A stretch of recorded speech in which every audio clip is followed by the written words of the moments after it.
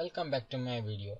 In this video, you're going to learn how to create a Python program and how to execute it. To create a Python program, we need to install some of the packages related to the Python background. So, you have seen many hackers use Python programming to create hacking tools. So now, I'm going to install Python by typing apt install Python and then pressing enter. Okay, now all the packages have been installed. Now directly creating a program file by typing nano new.py.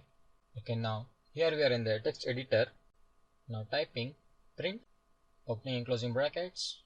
In that I'm going to write hello, this is a Python program, ending up the semicolon.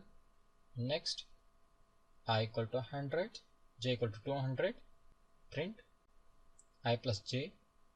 So now I'm going to press Ctrl O to save the files and then Ctrl X to exit from the file. Okay, now I'm going to compile the program by typing python new.py. Okay, now here you can see the output, that is hello, this is a Python program and the addition of two variables. So that's how we are going to create a Python program in our Termux. That's all in this video. Thank you.